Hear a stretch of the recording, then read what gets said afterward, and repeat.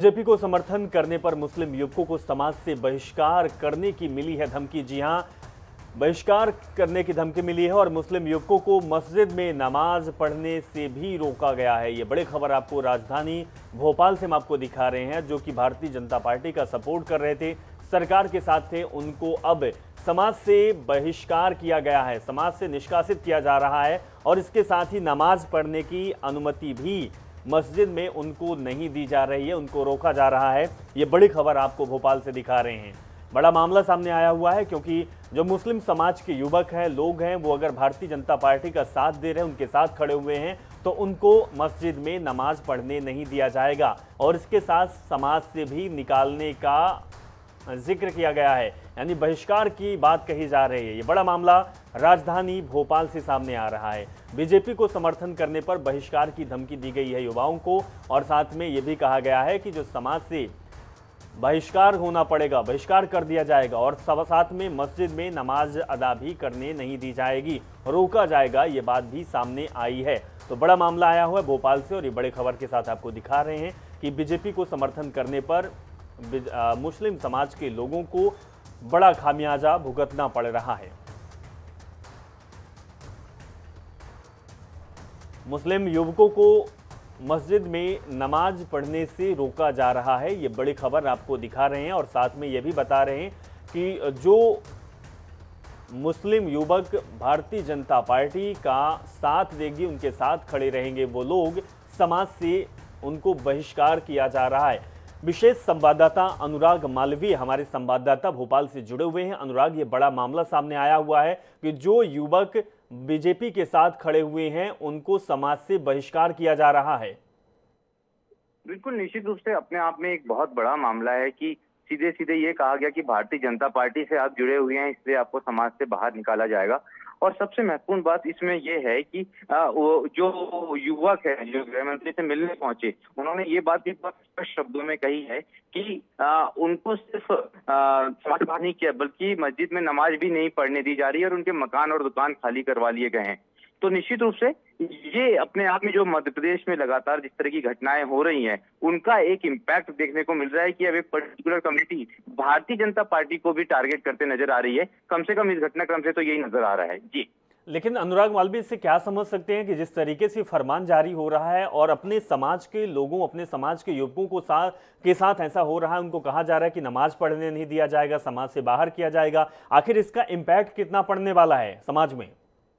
देखिए, ये एक बहुत बड़ी बात है क्योंकि अभी इसमें राज्य सरकार क्या कदम लेती है। गृह मंत्री नरोत्तम मिश्रा से इन लोगों ने मुलाकात की है और उसके बाद में जिस तरह से इनका बयान आया है, अब देखने वाली बात ये होगी कि कितना समर्थन इस कमेटी के निर्णय को इनके समाज का मिलता है। ये भी अपने आप में बहुत महत्वपूर्ण होगा। लेकिन फिलहाल भारतीय जनता पार्टी के प्रदेश अध्यक्ष से मिलने भी थोड़ी बाद ये लोग पहुंचेंगे और भाजपा के जब प्रदेश अध्यक्ष से इनकी मुलाकात होगी, तब देखते हैं कि बीजेपी इस पर क्या स्टैंड लेती है। गृह मंत्री से मुलाकात कर चुके हैं, राज्य सरकार क्या स्टैंड लेती है, क्योंकि निश्चित रूप से इनकी स्थिति काफी खराब है, वो भटक रहे हैं भोपाल में। जी, लेकिन अनुराग मालवीय, अगर ये जो जानकारी सामने आ रही है कि इन युवाओं को समाज से बहिष्कार किया जाएगा, समाज में नहीं रहने दिया जाएगा और मस्जिद में नमाज भी अदा नहीं कर पाएंगे, आखिर ये फरमान जारी करने वाले लोग कौन है? क्या आम लोग हैं या किसी से जैसे फरमान जारी इनका होता है कमेटी से?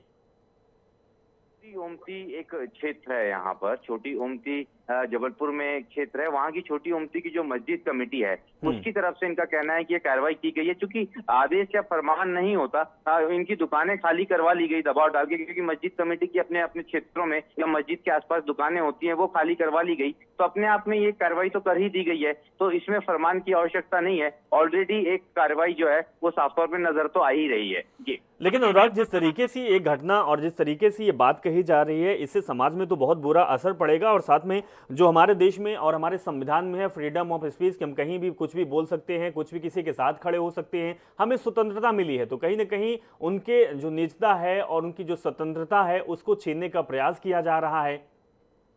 बिल्कुल, अगर देखें तो ये अपने आप में एक खराब मैसेज देता है, क्योंकि आपने ये कह कि किसी पॉलिटिकल पार्टी के मेंबर हैं या पदाधिकारी हैं, आप किसी के साथ संवाद नहीं कर सकते। देखने वाली बात ये होगी मुख्यमंत्री के संज्ञान में आ रही है, तो क्या जबलपुर जिला प्रशासन को इसके लिए दिशा निर्देश दिए गए हैं? और इस तरह की कार्रवाई से एक समाज में भी खराब मैसेज जा सकता है, क्योंकि साफ तौर पे जैसा युवक आरोप लगा रहा है, अगर इसमें सच्चाई है, सत्यता है, तो निश्चित रूप से राज्य सरकार को भी इस मसले पर कमेटी के खिलाफ बड़े कदम उठाने होंगे। जी बिल्कुल अनुराग, जिस तरीके से देश में हिंसा का वातावरण फैला हुआ है, चाहे वो मध्य प्रदेश की बात की जाए, गुजरात की बात की जाए, पंजाब की बात की जाए, दिल्ली की बात की जाए, हर जगह दंगे हो रहे हैं, हिंसा की खबरें आ रही हैं, प्रशासन का बुलडोजर चल रहा है। लेकिन उसके बीच अगर इस तरीके का किसी का बयान आता है या तो फिर आदेश निर्देश आता है, तो उससे ये समझ सकते हैं कि समाज में इसका बहुत बुरा प्रभाव पड़ने वाला है।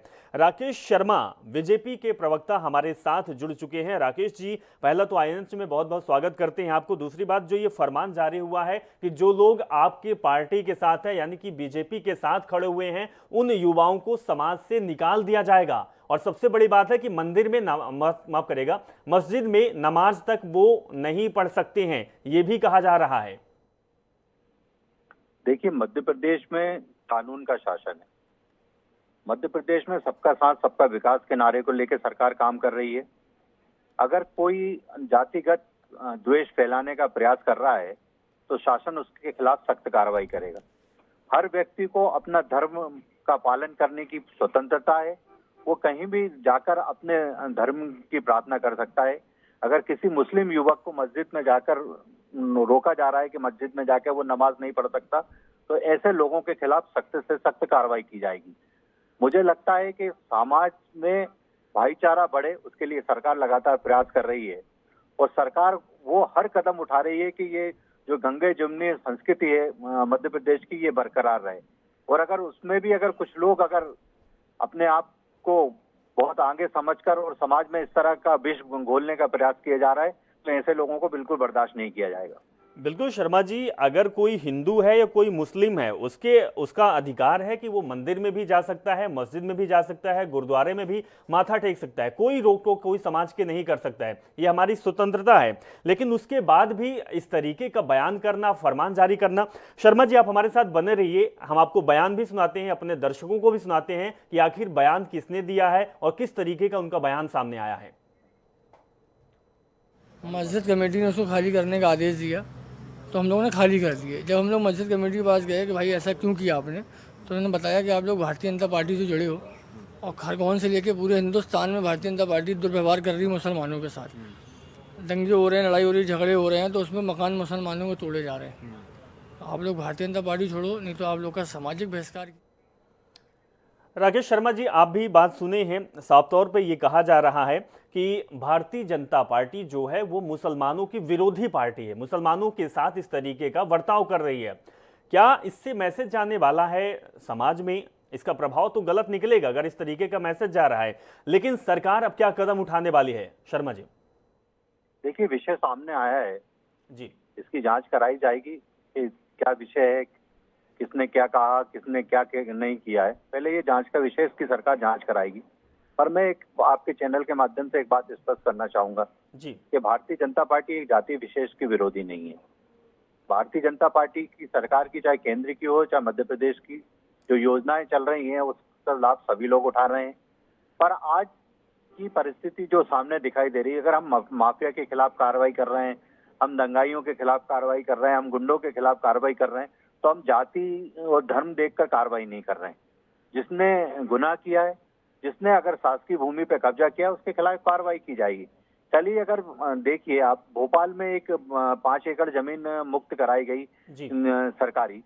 अब वो तथाकथित कांग्रेस की नेता जो अपने आप को कांग्रेस की प्रवक्ता कहती हैं, अब कांग्रेस के नेता अगर ये कहें कि ये बदले की कार्रवाई की गई है, अगर शासकीय भूमि पे किसी का कब्जा है और शासकीय भूमि वो मुक्त कराई जा रही है, तो कोई जाति, धर्म, पार्टी इसको देखकर नहीं की जा रही है। आपने अगर गलती की है, आपने अगर कानून को अपने हाथ में लिया है, तो कानून अपना काम करेगा। बिल्कुल बिल्कुल राकेश जी, आपका कहना है कि कानून अपना काम कर रहा है, सरकार अपना काम कर रही है। फिरोज सिद्दीकी हमारे साथ जुड़ चुके हैं, कांग्रेस के प्रवक्ता हैं, उनसे भी जान लेते हैं क्या प्रतिक्रिया उनके सामने आ रही है। फिरोज सिद्दीकी साहब, जिस तरीके से मुस्लिम समाज के जो युवक हैं, अगर वो बीजेपी के साथ खड़े हुए हैं तो फरमान जारी होता है, ये कहा जाता है कि अगर भारतीय जनता पार्टी के साथ मुस्लिम समाज के युवक हैं तो उनको समाज से निकाल दिया जाएगा, बहिष्कार किया जाएगा। यहां तक कि उनकी नमाज अदा करने की स्वतंत्रता भी उनसे छीनी जाएगी, वो मस्जिद में नमाज अदा नहीं कर पाएंगे। क्या कहेंगे आप फिरोज जी? जो कट्टरपंथी लोग हैं ये दोनों तरफ के हैं, हम्म, एक तरफ के नहीं है, ये दोनों तरफ से हैं। ये कट्टरपंथी मैं अपने समाज से को भी कहता हूँ, दूसरे समाज लोग हैं। इसमें अगर ऐसा कहीं होता कि भारतीय जनता पार्टी के साथ रहने पर समाज से निकालने की बात होती तो आरिफ मोहम्मद खान को अब तक निकाल दिया गया होता, शाहनवाज हुसैन को, मुख्तार अब्बास नकवी को, ठीक है, मोहम्मद गनी अंसारी वो मध्य प्रदेश में मिनिस्टर रहे उनको, भारतीय जनता पार्टी के इतने सारे नेता हैं, हमारे सनव्वर पटेल जी जो हमारे साथ ही प्रवक्ता हैं भारतीय जनता पार्टी के, सबको निकाल दिया गया होता। मुस्लिम समाज में शहर काजी साहब जो फैसला करते हैं वही हमारे धर्मगुरु हैं। अगर शहर काजी साहब अगर कोई बात कहते हैं, चाहे वो जबलपुर के हों, इंदौर के हों, भोपाल के हों, तो ही वो बात एथेंटिक मानी जा सकती है, वरना ये सब ऐसे फरमान जारी करना, इस्लाम में किसी को इस्लाम से बेदखल नहीं किया जाता, ये गलत बात है। मस्जिद जो है वो ईश्वर का घर है, क्योंकि मैं उसी फेथ से आता हूँ इसलिए बता रहा हूँ, और मस्जिद में सबको इजाजत है अंदर जाने की। मस्जिद का कोई मालिक नहीं होता, मस्जिद का मालिक जो है वो ऊपर वाला है। तो ये जो जिस तरीके की समाज में प्रदूषण फैलाने की और वातावरण दूषित करने की ये जो कुत्सित चालें चली जा रही हैं, मैं समझता हूँ देश इसकी बहुत भारी कीमत चुकाएगा आने वाले समय में। हमें सबको मिलके इन चीजों को रोकना चाहिए।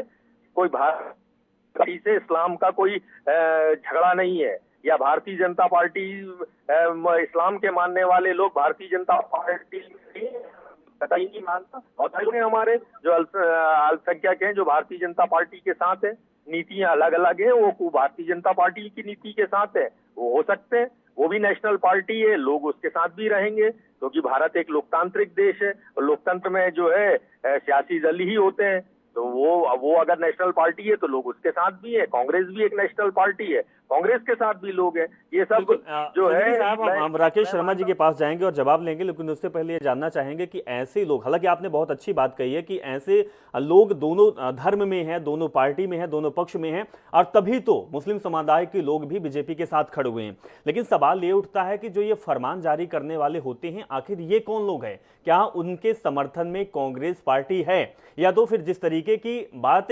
राकेश शर्मा जी ने कही है कि ऐसे लोगों के खिलाफ सख्त कार्रवाई होनी चाहिए, तो आप भी उनके साथ खड़े हुए हैं?